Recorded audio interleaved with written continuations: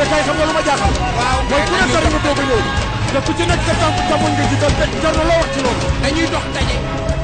Gaston Production présente l'événement du millénaire. Le plus grand événement de la saison, Modou Lo, Balla Gaye.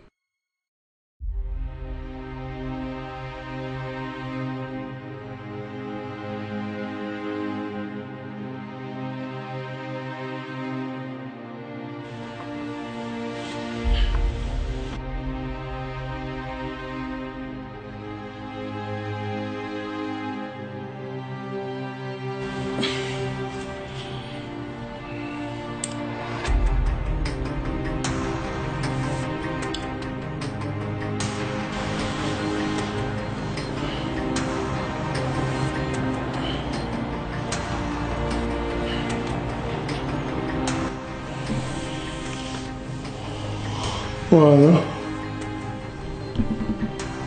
Oh, on s'en yow ba sant yàlla alhamdulilah ci bi nga yeewoo en fait si après nga woo famille bi woo mère bi wala nga woo paa bi wala nga woo soxna si xool njaboot gi et tout ça ba xam ñu ngi ci jàmm woo aussi tamit ñi nga xamante ne say mag lañu ku ci mel ni Aziz donc moom bu xëyit na mu woo xool séance que entraînement yi ma def xam normal na et puis mu encouragement et tout ça parce que fii 7 heures lay yow 7 heures balaa nga génn fii sangu diggante bi ngay dem salle ba 8 heures dina jot asafurla maanaam diggante bi 7 heures lay yow balaa nga pare nga dem ndékki ci boo ndékkee ba pare diggante 8 heures 9 heures donc vraiment après nga dem ci salle ba 10 heures nga entraîné 10 heures 11 heures laata ngay pare midi dina jot te midi la ñuy añ bu ñëwee da ngay retourner sa néeg sangu wala nga nekk ci suivre Sénégal suñu nga déglu information yi boo ci pare yëpp bon après nga nelaw vraiment loolu moo fi am amoo koy waxal xanaa télé bi lal bi ngay waxal boo pare vraiment lu gisoo lenn lu dul wëlbati ko ñëw tëdd y'a personne ici xanaa nga xiif wala nga taal sa voilà micro-ondes bi nga xool ci frigo bi loo mën a lekk nga lekk ko nga tëddaat looloo fi am.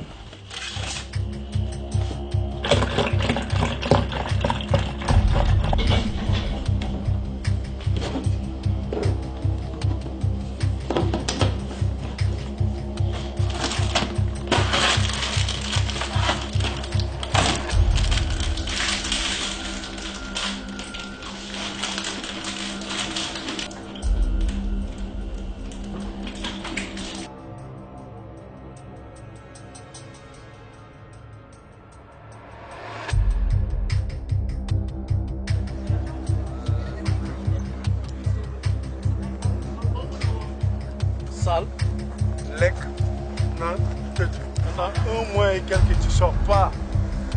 C'est Sokolale.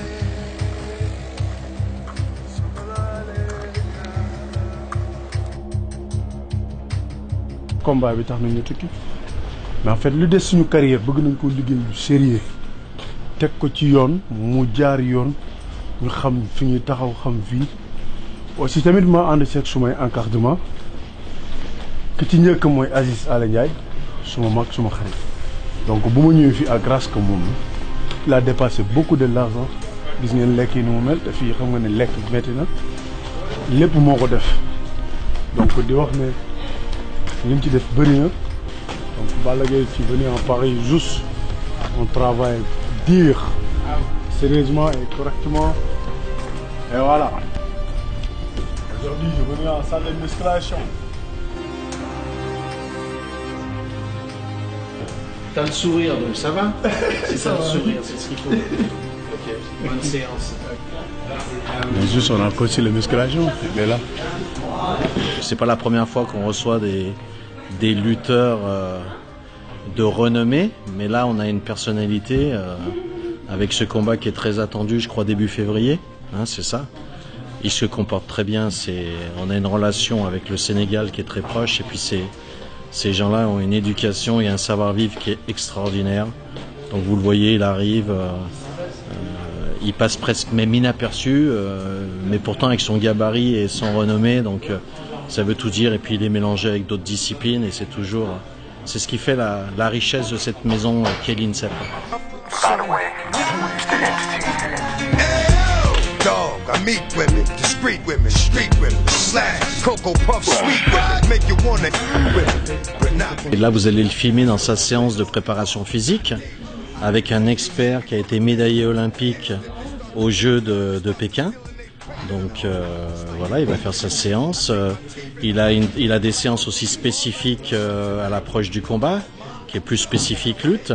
Dans la belle salle de lutte que vous verrez peut-être à côté, avec aussi un expert qui s'occupe de lui. Il y a aussi des séances comme la lutte sénégalaise ou la lutte africaine, on dit c'est un sport de combat, donc il va aussi des séances de boxe. Donc il va aussi au pôle boxe France qui est ici avec aussi des grands spécialistes, des entraîneurs nationaux qui s'occupent de lui, et il est mélangé avec les sportifs. Et tout ce qui est un peu course ou préparation vraiment spécifique, eh ben son responsable qui est ici sur son séjour, c'est Moussa Fall, qui est d'origine sénégalaise, qui a été un très grand athlète, qui est rentré, je crois, dans les années 79 à l'INSEP.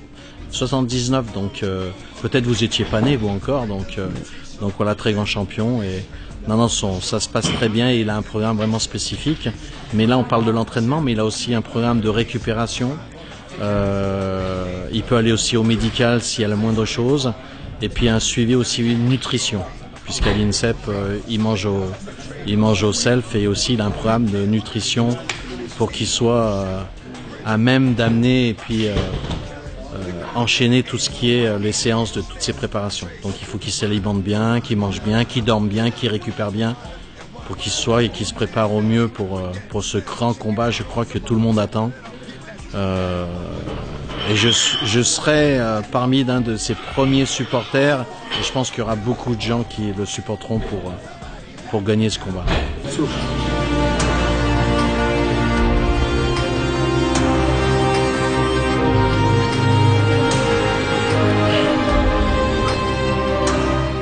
Moi, je travaille bien avec mon coach. Donc voilà. Je travaille dur, franchement. Maintenant, il faut travailler aussi, c'est très normal. Parce que mon supporter, avec mes supporters, tous, coach, il m'appelle tout de suite. Il fait pas en coach. Je me sentais la fatigue, donc mon coach dans l'âge. Mais il allait où comment Chambo. Il a pris le soin de vouloir venir ici, et quand on vient ici, on se conforme aux règles qui sont définies. Vous l'avez vu tout à l'heure au niveau de son hébergement. C'est comme à l'armée, sauf que c'est des sportifs de haut niveau qui sont ici, qui y vivent. Vous avez vu, les champions olympiques sont là, Teddy Riner. Les champions de boxe sont là, Tony Yoka. Tout le monde est là au niveau de la crème du sport français. Et ces structures qu'on a ici nous permettent, nous, techniciens de haut niveau, de travailler dans de meilleures conditions et d'arriver aux objectifs qu'on s'est fixés. Aujourd'hui, le Sénégal, pour parler un tout petit peu du Sénégal, ont eu la chance d'être nominés pour organiser les Jeux de 2022 de la jeunesse. Je pense qu'ils doivent s'inspirer un peu dans ce raisonnement et dans cette constitution qui est l'INSEP, la haute performance, pour vraiment mettre en place des choses, parce qu'un champion ne se prépare pas en 2 jours ni en 2 mois. C'est toute une progression, une logistique mise en place, et pour arriver au résultat final, il faut investir. Le premier, c'est l'investissement, faire de la bonne détection, et après parfaire ses sportifs en air, parce qu'au Sénégal, il y en a énormément.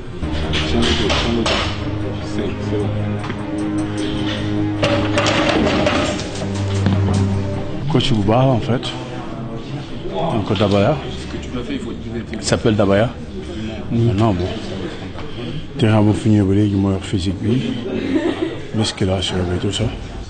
Am na ku yor lutte bi en fait, lutte gréco-romaine mu ngi ci biir salle bi tey ñëwul. Voilà, en fait, bëgg na ko respecter heure. Donc heure bi bu jotee daan la moom man maa ko fa war a jiitu. Donc vraiment mu nekk nit ku sympa, nekk nit ku correct, nit ku bëgg liggéey aussi. Bëgg koo xamante ni ku muy liggéey rek bëgg na nga ñeme ko di def ay coono en fait. Donc li muy njëkk a commencé ak man moo safee ba pare rek donc abdominaux gainage abdominaux gainage donc voilà loolu moo tax dañuy commencé kon les sportifs de commencer donc mënoo ñëw rek bëgg yëkkati lu 10 en fait donc ñoom lii mooy seen professionnel fii lañuy commencé dañuy commencé si suuf dem ba ci kaw en fait.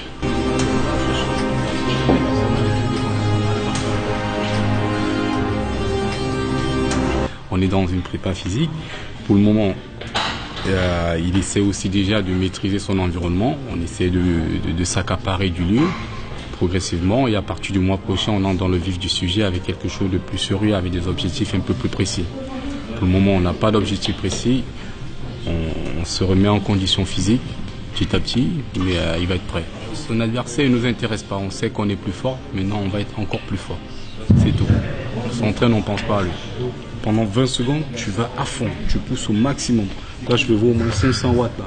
Et tu le gardes, tu le maintiens. Tu descends pas en dessous pendant 20 secondes. Après, on récupère.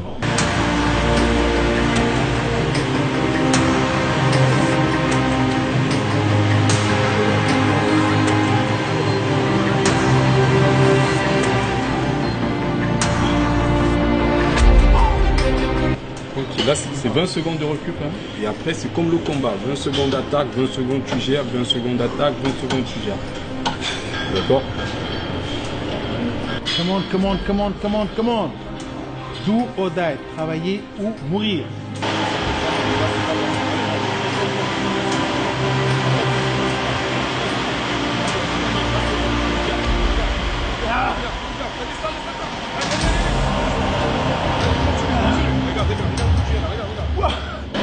Là, c'est pas bon. Là, on est à 1000 watts, tu descends à 300. C'est pas bon. C'est pas bon ce passage-là. Celui-là, on le reprend parce qu'il n'a pas bien fait. Tu reprends.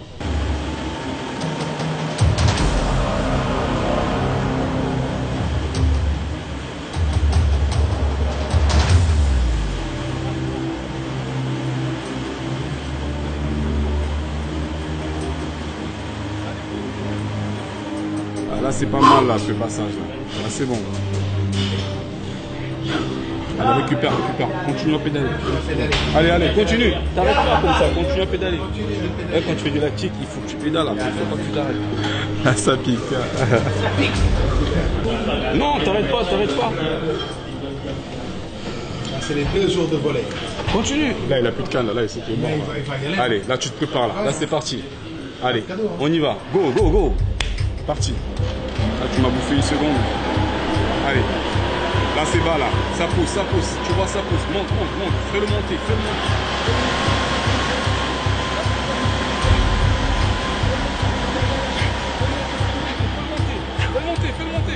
Allez. Reste 4 secondes.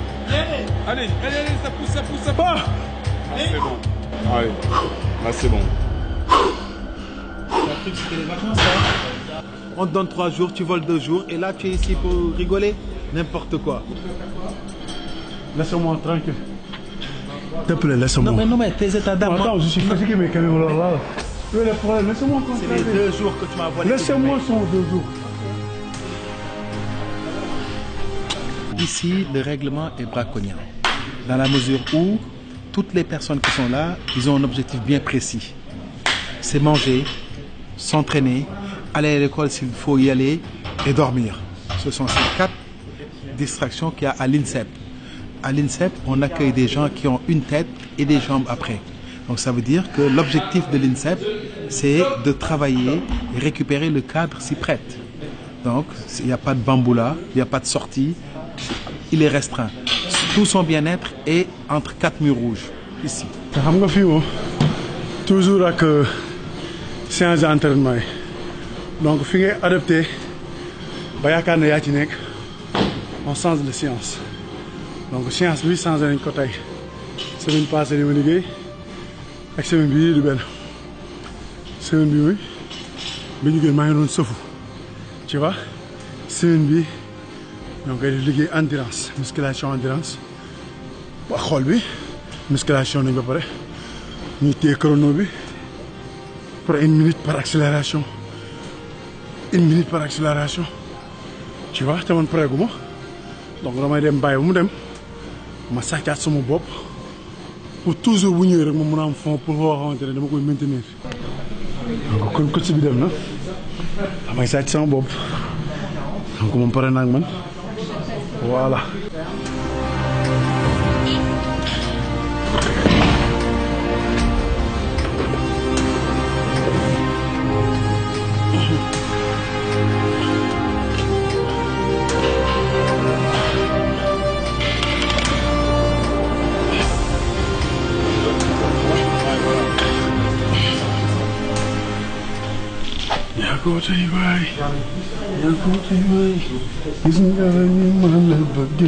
On va pas dévoiler les plans, mais déjà vous le voyez travailler. Vous avez vu que l'entraîneur est en train de le motiver. Dans la mesure où, dans son travail, il n'a pas le droit de se relâcher tant qu'il n'a pas terminé la série. La série qui lui est impartie, il est obligé de le faire sans se relâcher. Et une fois que le garçon arrête en cours de sa série, vous avez vu que l'entraîneur lui demande de refaire, parce que ça ne compte pas. Ça, c'est pas se battre contre soi-même. Les autres biges, on les garde parce que ça fait partie de la vie secrète de l'athlète. On essaye de le préparer, mais mentalement, il sera prêt. Parce qu'on va mettre des billes dans sa tête où il sera prêt à affronter n'importe qui. Même un lion devant lui, il foncera vers lui. Voilà. Tu remontes vite et tu descends tout doucement. Tu retiens pour travailler bien derrière. D'accord? Tu retiens.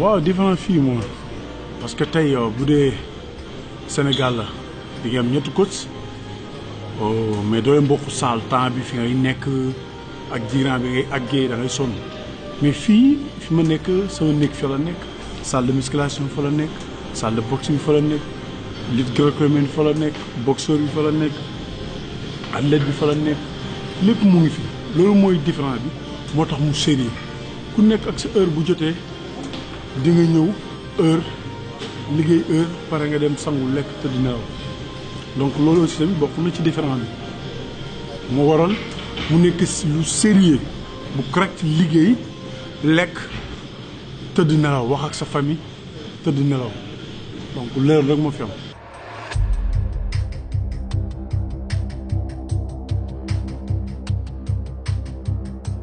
Bon, le fils de Mamadou Sakho vient de terminer une séance d'1h30 d'haltérophilie avec l'expert qui s'en est occupé.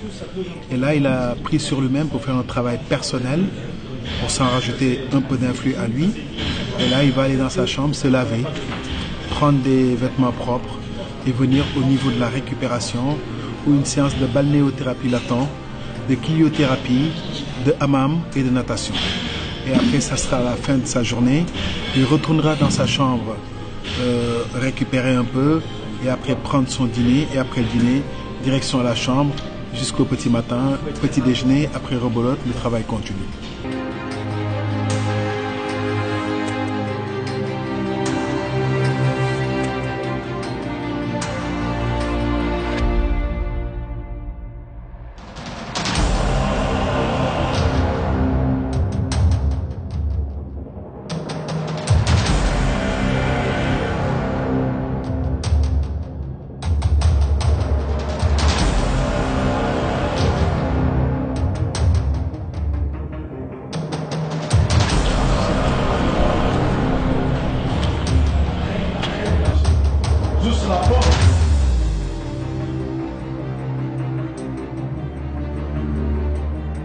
liggéey moo doy waar quoi en fait liggéey voilà nga bëgg am ambition aussi tamit benn moment day metti mais da ngay gëm yàlla te xam ne moom suma toog fenn man 2 mois wala 3 mois bientôt juste nga toog yow kese entraînement lekk tëdd nelaw mais li ko jar aussi tamit moo ko jar parce que day toll moment yoo xamante ne moment sérieux la moment liggéey la moment la bi nga xamante ne moom ma sama bopp parce que boo bëree supporter bëri ay fans bëri ñi yaakaar ci yow aussi tamit donc foog nga sacrifice sa bopp respecter sa liggéey bëgg sa liggéey aussi tamit mu jaral la nga sacrifier sa bopp ba dootoo bëgg sa bopp ci dara lu dul rek luy may sa bopp ndam en fait. benn moment da ngay toog fii wéet après da ngay xalaat ba sonn mais ambition bi rek la lenn la nga liggéey ba li nga liggéey aussi tamit yàlla may la ci ndam et puis nga xool tamit aussi ku la fi indi moom mi nga xamante ne moom loo bëgg-bëgg sa bopp moom it xam naa ni aussi am na ci benn part de responsabilité bi nga xamante ne dafa jéggi dayoo. yaa ngi moment yoo xamante ne lu ne la ciy dégg mooy suma mag suma frère Aziz moo tax aussi tamit mu teg ma condition yi nga xamante ne moom condition de liggéey la condition de am fu mu bëgg àgg la man ma am fu mu bëgg àgg am li nga xamante ne personne naa ko aussi tamit ma war ko récupérer ci kattanu yàlla incha allah. grâce que aussi tamit ak Aziz moo ko def buy waxtaan ak man booy liggéeyal rek la may wax liggéeyal am na solo ku naan la liggéeyal bëggal na la lu baax ku la ñëw ber la nga liggéey mu jël moyen def ko ngir nga réussir ngir géejawaay aussi tamit sigg parce que moom géejawaay la gëm géejawaay la bëgg bien vrai que ñëpp ko bëgg mais aussi tamit géejawaay mooy base am ginnaaw yàlla ak yonent bi géejawaay mooy léppam man tamit c'est la même chose ma nekk doomu géejawaay donc vraiment ñun waa géejawaay yëpp ñu ngi koy delloo njukkal. tolloon naa moment yoo xamante ne aussi moment difficulté yàlla laa nekkoon ba lu bëri ma xam ko ci suma life mais loolu yëpp après yàlla suñu borom mooy leeral lépp. donc ñu amaat beneen encadrement boo xamante ne ñu teg ci yoon tegle ci sart yu baax te duñ ko boole ak ay wax peut-être man maa koy wax ñu koy dégg mais ñoom du ñoom ñoo koy wax parce que mënuñu ko wax.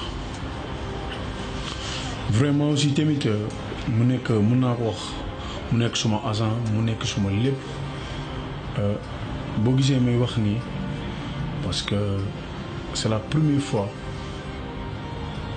lii am bokk suma carrière bokk suma vie bokk suma life entraînement fii am na ay médecin amoon na ay problèmes yoo xamante ne donc mënuma la ko expliquer mais bu ma ñëwee fii dama yaakaaran man maa ngi ci beneen monde lépp li nga xamante ne rek metti woon na ma ci suma yaram macha allah ma ci yéeg suma bopp bu baax daan def lu ma daawul woon def daan liggéey lu ma daan nawul liggéey parce que benn moment doo gis sa yaay doo gis sa papa doo gis say waa kër xam nga mu nekk moment boo xamante ne aussi da ngay xam ne lu ko jar rek moo ko jar mais du moment boo xamante ne et puis c'est normal aussi tamit nga liggéey ngir say supporters ngir si am di jàmm.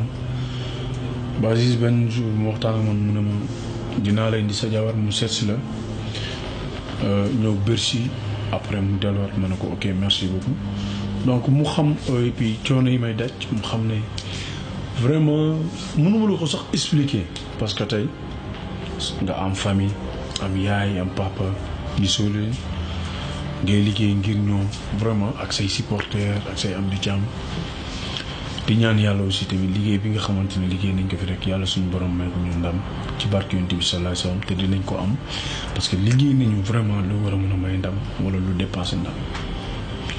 donc c'est des moments yoo xamante ne c'est des moments extraordinaires mais voilà que Dieu merci beaucoup je remercie le prophète Mohammed sallallahu alayhi wa sallam et Serigne Touba Khadim Rassoul et à tous les marabouts des Sénégalais Khadir Layen ak sëñ Babacar Sy Limamou Laye Bou Kounta Ndiassane bàyyiwuma kenn bu ma limee dinaa jum di gërëm suma supporters yi nekk foofu yëpp parce que fépp la am fant rawatina Guédiawaye bu ma dëkk ak Pikine ak bi nga xamante ne mooy man doomu Casamance la mbal tentule mbal jële ñu contente bàkkee à la parc Casamance bi maa ko yi naa buy Modou Lo. Mais n'oubliez pas que ce garçon a eu un parcours dans l'arène qui a été bénéfique dans un premier temps où il a ravagé toute sa génération. Après, il a eu la chance d'être roi des arènes, ce qui est recherché partout au Sénégal. C'est un titre suprême. qu'on décerne au meilleur lutteur de sa génération. Lui, il a eu la chance d'en bénéficier. Après, il a perdu sa couronne de roi des arènes. Et aujourd'hui, il a traversé le désert. Il a traversé le désert, c'est-à-dire qu'il a eu pas mal de problèmes.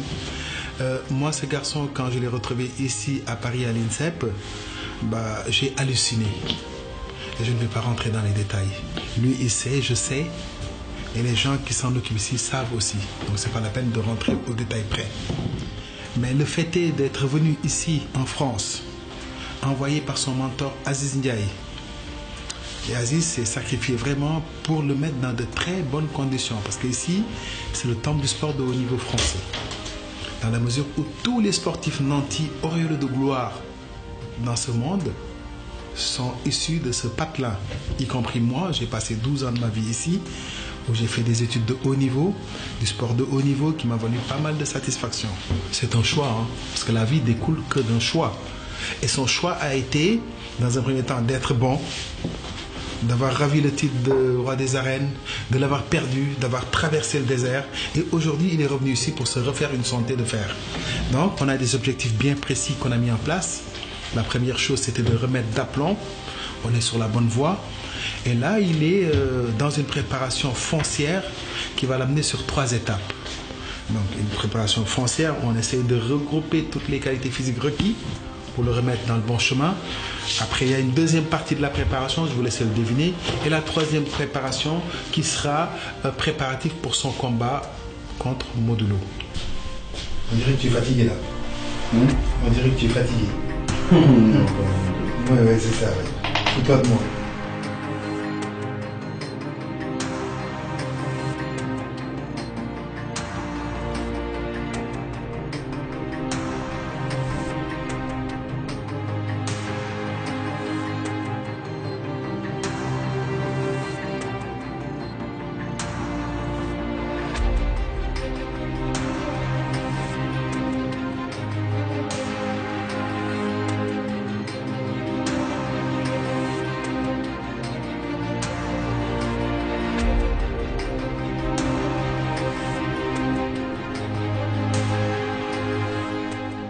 Après le travail physique qu'il a accompli cet après-midi, là il vient à la récupération. Comme vous le voyez bien, c'est la balnéothérapie. Ici donc il va faire des longueurs de natation. Donc il va alterner bain ici pour la natation. Après ils vont mettre les bulles pour faire le massage du dos, massage des jambes pour la récupération. Et après il ira au sauna. Entre sauna, bain froid et ici le bain froid il est à 120 degrés. Et ça permet de régénérer les muscles et ainsi de suite.